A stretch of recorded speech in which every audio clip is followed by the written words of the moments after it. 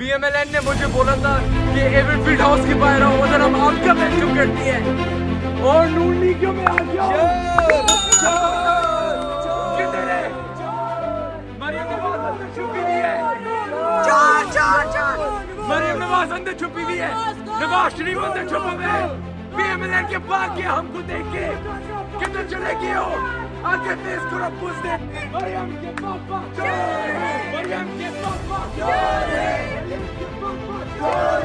मरियम नवाज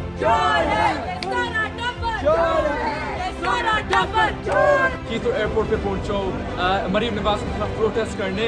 ये जो इधर नून लीग के वर्कर हैं, इन्होंने बेसिकली मिन्नतें मेरी की है कि मरियम नवाज के खिलाफ प्रोटेस्ट मैं ना करूं, लेकिन हाँ अगर मेरा राइट है करना मैं करूंगा। ये रोक नहीं सकती है, ये धमकियां दे। मेरे पास खबर भी आई है कि ऑर्डर किए गए हैं नवाज शरीफ के वर्कर्स को कि मेरे और मेरी टीम को अटैक किया जाए। मैं देखता हूँ कि ये कैसे अटैक करेंगे, इसके हमारा कानूनी हक है यूके में, ये हमें नहीं रोक सकती है और हम यहाँ भी मरियम नवाज का इस्तेमाल करेंगे।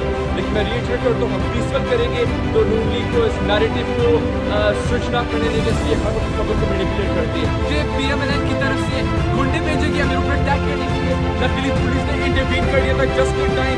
वो मेरे ऊपर अटैक करने आए तो उन्होंने मेरे ऊपर अप्रोच किया, गाड़ी मिडल ऑफ द रोड में रुकी, मुझे अप्रोच किया कि योर शायद और उन्होंने फिर गाड़ी देने शुरू की, उन्होंने कॉलेज से उन्होंने पकड़ा। Luckily police just in time आ गई।